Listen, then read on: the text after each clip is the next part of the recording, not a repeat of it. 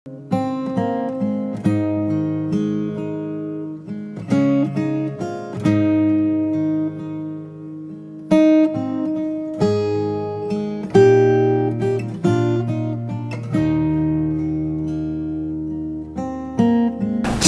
yang terkasih, terpujilah Tuhan yang maha baik yang senantiasa memelihara kita, Anda, keluarga Anda, juga gerejanya.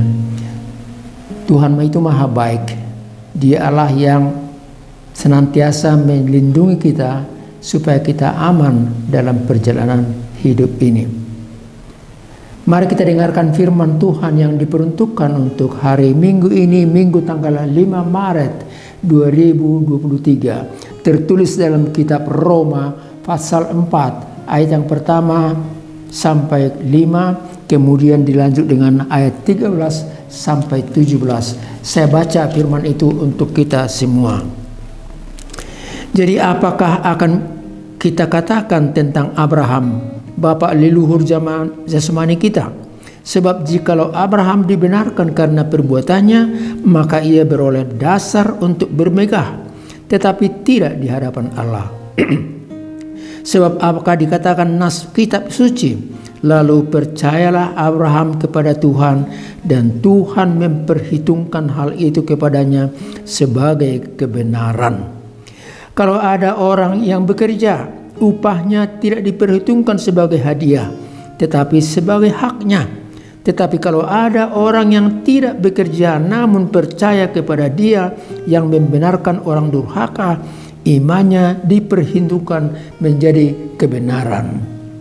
Sebab bukan karena hukum Taurat telah diberikan janji kepada Abraham dan keturunannya bahwa ia akan memiliki dunia, tetapi karena kebenaran berdasarkan iman. Sebab jika mereka yang mengharapkannya dari hukum Taurat menerima bagian yang dijanjikan Allah, maka sia-sialah iman dan batallah janji itu. Karena hukum Taurat telah membangkitkan murka, tetapi di mana tidak ada hukum Taurat, di situ tidak ada juga pelanggaran. Karena itulah kebenaran berdasarkan iman supaya merupakan kasih karunia, sehingga janji itu berlaku bagi semua keturunan Abraham, bukan hanya bagi mereka yang hidup dari hukum Taurat, tetapi juga bagi mereka yang hidup dari iman Abraham. Sebab Abraham adalah bapa kita semua, seperti ada tertulis, engkau telah kutetapkan menjadi bapa banyak bangsa di hadapan Allah yang kepadanya ia percaya, yaitu Allah yang menghidupkan orang mati dan yang menjadikan dengan firman-Nya apa yang tidak ada menjadi ada. Sampai di situ peruntukan firman untuk kita, saudaraku yang terkasih. Sepertinya perjalanan ini berlalu dengan cepat. Hari-hari kehidupan kita berlalu dengan cepat. Padahal tetap sebenarnya 24 jam satu hari. Tapi perasaan kita seperti cepat berlalu. Suasana maksudnya cepat berlalu. Keadaan juga cepat berlalu. Apa artinya? Bulan Desember kita merayakan Natal. Kita mengucapkan selamat Natal kepada orang-orang yang kita cintai, kepada keluarga, orang tua, sahabat, teman sekantor, dan lain-lain. Tapi itu sudah mulai hilang. Kemudian Januari kita merayakan tahun baru, dan kita merayakannya bersama juga dengan keluarga, famili, kantor, dan lain-lain. Itu juga cepat berlalu. Sekarang sudah bulan Maret.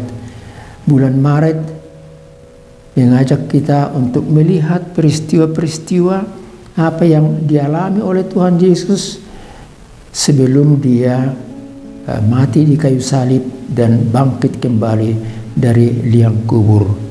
Saudaraku yang terkasih,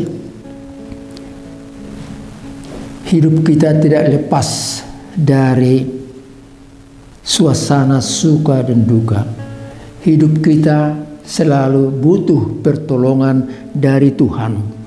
Oleh sebab itulah, seturut dengan nama minggu hari ini, Reminiscere, ya Tuhan, tinggallah bersama dengan kami, dan biarlah rahmat-Mu dan kasih setiamu senantiasa menyertai kami. Reminiscere, ingatlah kami, biarlah rahmatmu dan kasih setiamu selalu menyertai kami dalam perjalanan hidup ini. Saudara, mari kita ikuti berita daripada firman Tuhan hari ini dari kitab Roma pasal 4 tadi. Apa yang diceritakan di situ?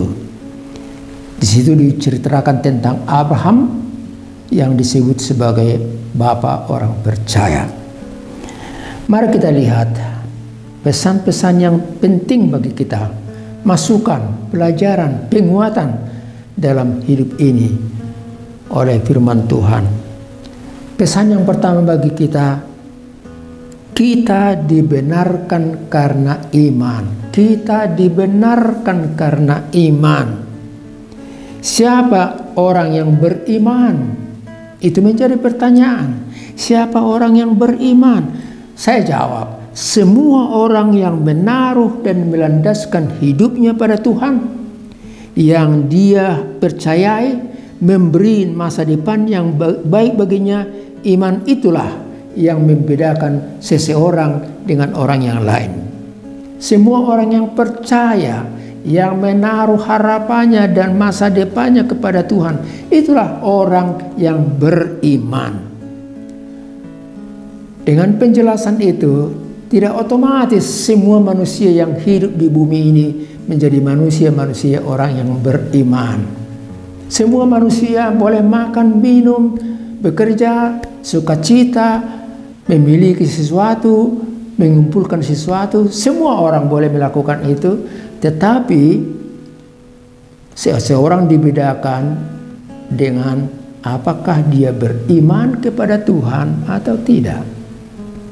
Apakah dia percaya kepada Tuhan atau yang dia milikinya. Itulah yang membedakan.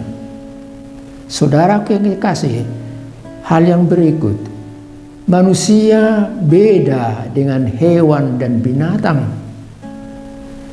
Hewan itu juga makan, minum, istirahat, beranak pinak. Tetapi dia tidak beriman. Dia hidup dengan instingnya, dengan perasaannya, dengan nalurinya. Itulah hewan. Tapi manusia bukan seperti hewan. Dan manusia yang beriman juga manusia yang mengkaitkan dirinya dengan Tuhan penciptanya. Saudara yang kekasih, Ibrani pasal 11 ayat yang pertama menolong kita untuk mengerti akan iman itu. Saya bacakan firman dari Ibrani barusan. Iman menyatakan bahwa itulah dasar dari segala sesuatu yang kita harapkan. Dasar dari segala sesuatu yang kita harapkan. Belum di tangan. Tapi iman itu menjadi dasar bagi kita untuk mengharapkan sesuatu, dan itu bukti dari segala sesuatu yang tidak kita lihat. Bukti dari segala sesuatu yang tidak kita lihat. Iman itu kepada seseorang, kepada Anda dan kepada aku, boleh berkata, lihat hidupmu bukan hanya di bumi ini, tapi lihat sorga ada tujuan akhir, terminal hidupmu yang terakhir bersama dengan Tuhan. Itulah iman. Siapa kita yang sudah mengenal sorga? Siapa yang sudah pernah dari sana? Kalau ada pengkhotbah yang berkata demikian, saya sudah pernah dari sorga, jangan terima. Tapi orang-orang beriman itu walaupun hidup di dunia ini sekarang ini tahun 2022 ini, oleh karena dia beriman, dia boleh melihat dalam imannya sorga dengan segala kemuliaan Allah Bapa itu. Oleh karena iman itu maka kita kuat dan tabah. Oleh karena iman itu maka kita boleh menjalani kehidupan sekarang ini dan tidak akan kalah oleh peristiwa-peristiwa yang di hadapan kita. Abraham dibenarkan karena imannya, bukan karena jasa-jasanya, karena perbuatannya. Itu disaksikan oleh firman tadi dalam kitab Roma pasal 4 ayat 1 sampai 4 itu. Saudaraku, orang yang berprestasi, orang yang bekerja boleh bangga akan upah yang dia terima. Itu haknya, itu hasil karyanya. Demikian disaksikan oleh firman tadi. Tetapi orang yang tidak bekerja namun juga hidup oleh karena iman percayanya untuk masa depannya, maka dia juga disebut orang beriman. Mari kita lihat siapa-siapa orang yang beriman itu. Karena apa? Karena iman itu memberikan kekuatan, memberikan dorongan, memberikan semangat untuk bekerja, masa depannya, dan keluarganya.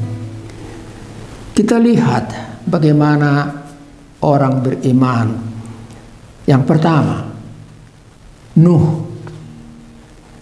Tuhan berkata kepada dia, Nuh, bangunlah bahtera, jangan ikutin akan perilaku tabiat adat istiadat dari masyarakat di mana kamu berada, tapi bangunlah bahtera, karena dengan bahtera itu kamu akan selamat bersama dengan segala jenis binatang, hewan, atau segala jenis pepohonan.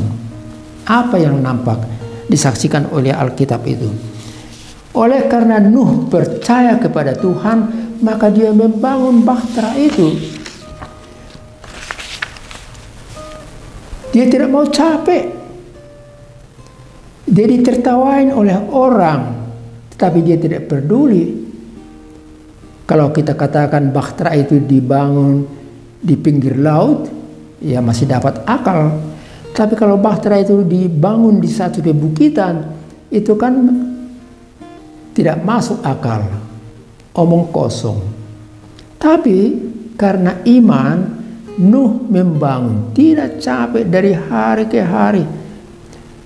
Kuat dia walaupun dia diledek atau dilecehkan oleh orang lain. Dan sesudah bahtera itu selesai dibangun, semua jenis pohon masuk dalam bahtera, semua jenis hewan juga masuk ke dalamnya, dan Nuh bersama dengan istri dan anak-anaknya masuk ke dalam bahtera itu, dan Tuhan menutup pintu daripada bahtera itu. Tidak boleh ada orang yang lain yang bisa membuka atau masuk minta pertolongan. Saudara, ternyata air bah muncul, dan karena air bah itu semua yang bernapas, semua yang hidup mati hanyut oleh air bah tadi. Nuh selamat, keluarganya juga, bahkan ciptaan-ciptaan Tuhan juga selamat. Saudara, iman memberikan kekuatan kepada seseorang. Iman memberikan ketegaran kepada seseorang. Iman membuat orang tahan akan ledekan-ledekan ataupun cercaan-cercaan banyak orang. Orang yang beriman satu ketika akan nampak dia hidup dan dia selamat. Saudaraku yang kekasih, Abraham disebutkan di sini orang beriman. Tapi lihat juga lah kalau kita baca dari kitab Ibrani, kitab Kejadian pasal 12 dan seterusnya.